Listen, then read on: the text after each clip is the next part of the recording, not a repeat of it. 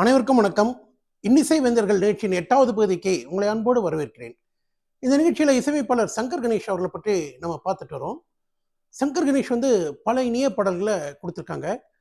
அவங்க சாதாரணமாக இந்த நிலைமைக்கு வரல. அவங்க சினிஃபீல்டுக்குள்ளே வந்த நேரங்கிறது பார்த்தீங்கன்னா ரொம்ப ஒரு கஷ்டமான ஒரு சூழ்நிலையில் தான் உள்ளே வராங்க. மெல்லிசை மன்னர்கிட்ட அசிஸ்டண்ட்டாக இருக்காங்க 2 பேருமே. அங்கேருந்து அவங்க தனியாக படம் பண்ணணும் அப்படின்னு நினைக்கும்போது பார்த்தீங்கன்னா சினிஃபீல்டில் பாதி படங்கள் மெல்லிசை மன்னர் எம்.எஸ். விஸ்வநாதன் பண்ணிட்டு இருக்காரு. மீதி படங்கள் திரைசை திலகம் கே.வி. மகாதேவன் பண்ணிட்டு இருக்காரு.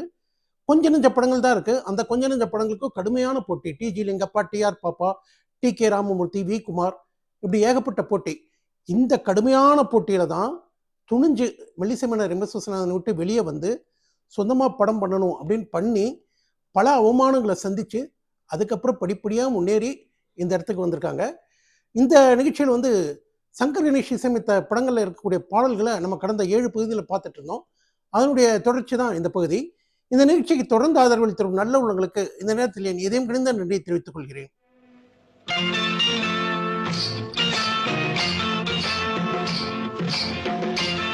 1973ஆம் ஆண்டு பல இனிய பாடல்களை தந்தனர் சங்கர் கணேஷ்.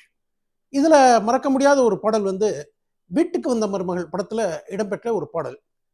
3/9/1973 அன்று வீட்டுக்கு வந்த மருமகள் படம் ரிலீஸ் ஆச்சு. இதில் ரவிச்சந்திரனும் லதாவும் நடிச்சிருப்பாங்க. இந்த படத்தின் மூலமாக தான் வாணி ஜெயராம் தமிழில் அறிமுகமாறாரு. தமிழில் வாணி ஜெயராமாவை அறிமுகப்படுத்தியவர்கள் சங்கர் கணேஷ். இதில் டிஎம்எஸோட சேர்ந்து அவங்க ஒரு டுயட் பாடியிருப்பாங்க. ஓரிடம் உன்னிடம் என் கேள்வியை நான் கேட்பது வேறு யாரிடம்னு. இந்த பாடல் ஒரு சூப்பர் ஹிட் பாடல். ஓரிடம் உன்னிடம் என் தேவையை நான் கேட்பது வேறு. தமிழ்ல வாய்ப்புகள்லாம் குறைஞ்சு மலையாளத்தில் பிஸியாக இருந்தார் ஏஎம் ராஜா. அவரை தமிழுக்கு திரும்ப கூட்டிட்டு புகுந்த வீடு படத்தில் செந்தாமரையே செந்தின் இதழ் பாட்டை சங்கர் கணேஷ் கொடுத்தனர். ஏஎம் ராஜா ஜிக்கி பாடிய அந்த பாடல் ஏஎம் ராஜாக்கு ஒரு மறுவாழ்வை கொடுத்த பாட்டுன்னு கூட சொல்லலாம். தொடர்ந்து தாய்க்கூறு பிள்ளை படத்துலேயே சின்ன கண்ணனே அப்படின்னு ஒரு பாட்டையும் ஏஎம் ராஜா கொடுத்தனர். இந்த வீட்டுக்கு வந்த மருமகள் படத்துலையும் திரும்ப ஏஎம் ராஜா ஜிக்கிக்கு ஒரு வாய்ப்பு கொடுத்தனர் சங்கர் கணேஷ். ஒருவன் ஒருத்தி துணை சேர்ந்து விட்டால் அப்படிங்கிற பாட்டு ஏஎம் ராஜாவோட ரசிகர்களுக்கெல்லாம் பெரிய விருந்தா அமைந்த ஒரு பாடல்.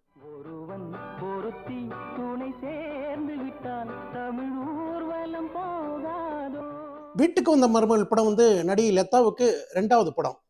உலகம் சுற்றும் வாலிபன் படத்துக்கு பிறகு நடிகை லதா நடித்த 2வது படம் இது. இதில் டிஎம்எஸும் பி சுசிலாவும் ஒரு ஃபாஸ்ட் ரிதம் சாங் பாடியிருப்பாங்க. ரொம்ப அற்புதமாக மெட்டமைத்திருப்பார்கள் சங்கர் கணேஷ். பெண்ணுக்கு சுகம் என்பதும் கண்ணுக்கு மொழி என்பதும்ங்கிற இந்த பாடலும் ஒரு ஹிட் பாடல்.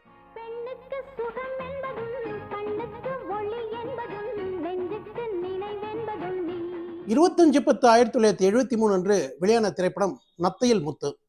இது கேஆர் விஜயா நடித்த 100வது படம்.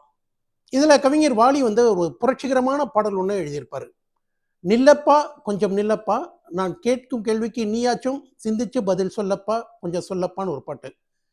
இது பார்த்தீங்கன்னா ஜாதி வெறியர்களுக்கு சவுக்கால் அடித்த போது பல கேள்விகளோட இந்த பாட்டு அமைஞ்சிருக்கும். இந்த பாடல் அந்த காலத்தில் பெரிய அளவில் ஹிட் ஆகலை. ஆனால் ரீசன்ட் டைம்ஸ்ல பாத்தீங்கன்னா ஃபேஸ்புக்லயும் வாட்ஸ்அப்லயும் இந்த பாட்டு ட்ரெண்டிங்ல இருக்கு. கொஞ்சம் இல்லப்பா, நான் கேட்கும் கேள்விக்கு நீயாச்சும் சிந்திச்சு சொல்லப்பா பதில் சொல்ல. நத்தையில் முத்து படத்துல கவிஞர் வாலி அவர்கள் எழுதிய இன்னொரு பாடல். சீர்காழியும் ராதா ஜெயலட்சுமி பாடியிருப்பாங்க. கற்பனைவாதிகளின் பேச்சில் மயங்கி தேசம் சிக்கி தவிக்குது என்று ஆடு ராட்டை அப்படின்னு ஒரு பாடல். இன்றைய நாட்டின் சூழ்நிலையை ஒரு 52 வருஷத்துக்கு முன்னாலேயே அவ்வளோ அற்புதமாக சொல்லியிருப்பார் கவிஞர் வாலி. இந்த பாடல் இன்னைக்கும் நம்ம மனசில் நிற்குது அப்படின்னா அதற்கு முக்கியமான காரணம் இன்னிசை ரெட்டைகள் போட்ட அந்த மெட்டு தான். கற்பனைவாதிகளின் பேச்சில் மயங்கி தேசம் கலங்கி தவிக்குது. நத்தையில் முத்து படத்தில் இன்னொரு பாடல், அம்மம்மா எனக்கு அதிசய நினைப்பு தோணுது அப்படின்ட்டு டிஎம்எஸ் பி சுசிலாவும் பாடியிருப்பாங்க. இந்த பாடலோட மெட்டு, டிஎம்எஸ் பி சுசிலா பாடிய விதம், சங்கர் கணேஷ் அமைத்த பின்னணி இசை எல்லாமே நல்லா இருக்கும். ஆனால் இந்த பாட்டு ரசிகர்களால் பெரிய அளவில் கண்டுகொள்ளப்படாத ஒரு பாடல்.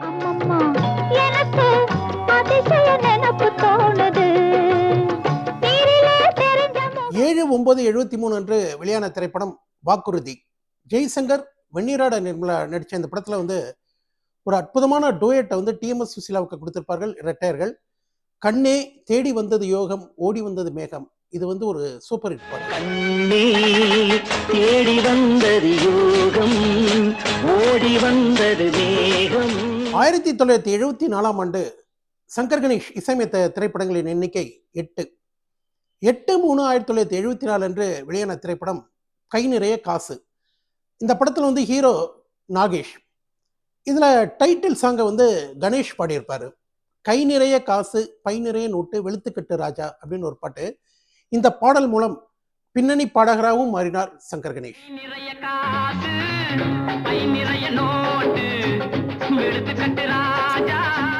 ஃபாஸ்ட் பீட் சாங்ஸ் வந்து பார்த்தீங்கன்னா இன்னிசை ரெட்டையர்களுக்கு கைவந்த கலை. கை நிறைய காசு படத்தில் டிஎம்எஸும் இளரேசரியும் ஒரு பாடல் பாடியிருப்பாங்க. கல்லில் ஊறிய காவியம் இதுதான், காதல் நாடக காட்சியும் இதுதான். இந்த பாட்டு பூரா பார்த்தீங்கன்னா பீட் வந்து அவ்வளோ ஸ்பீடாக இருக்கும். கல்லில் ஊறிய காவியம் இதுதான், காதல் நாடக காட்சியும் இதுதான். கை நிறைய காசு படத்தில் எஸ்பிபியும் பி சுசிலாவும் ஒரு டுயட் பாடியிருப்பாங்க. வாடா ராஜா வாடா கண்ணு கண்கள் உன் பக்கம்னு ஒரு பாடல் வந்து 1974 ஹிட் பாடல்களில் ஒன்று. வாடா ராஜா வாடா கண்ணு கண்கள் உன் பக்கம் வண்ண பூவனம். 19/9/74 அன்று வெளியான திரைப்படம் சொர்க்கத்தில் திருமணம். ரவிச்சந்திரன், லதா நடித்த இந்த படத்தில் வந்து வாணி ஜெயராம் ஒரு பாடல் பாடியிருப்பாங்க. எனக்கென்ன மனக்கவலை, இனிப்பில்லை கசப்பும் இல்லை, இது ஒரு துறவு நிலைன்னு ஒரு பாடல். படம் வந்த போது சக்கப்போடு போட்ட பாடல் இந்த பாடல்.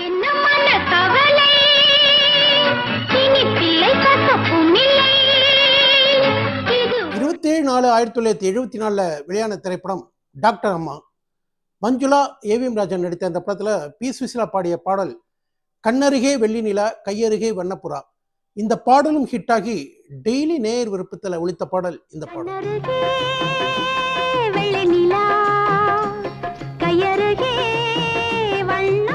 டாக்டர் அம்மா படத்தில் கணேஷ், எஸ்பி பாலசுப்ரமணியம், பி சுசிலா 3 பேர் சேர்ந்து ஒரு சோக பாடல் பாடியிருப்பாங்க. இந்த பாடலை எழுதியவர் கவிஞர் வாலி. தொகைராவை வந்து கணீர்னு கணேஷ் ஆரம்பிப்பார். புயலிலே ஒரு விளக்கு போராடி கொண்டிருக்கு அப்படின்ட்டு அந்த பாடலை தொடங்குவார்.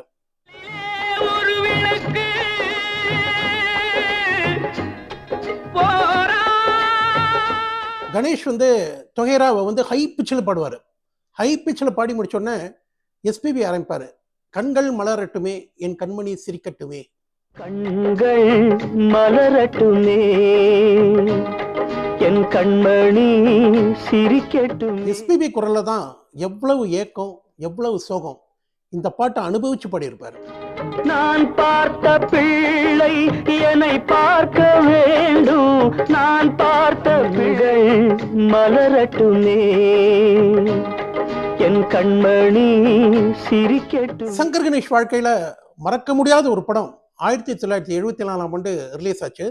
அது மட்டும் இல்ல, அது வந்து ஒரு புது ட்ரெண்டையும் கிரியேட் பண்ணியிருந்து.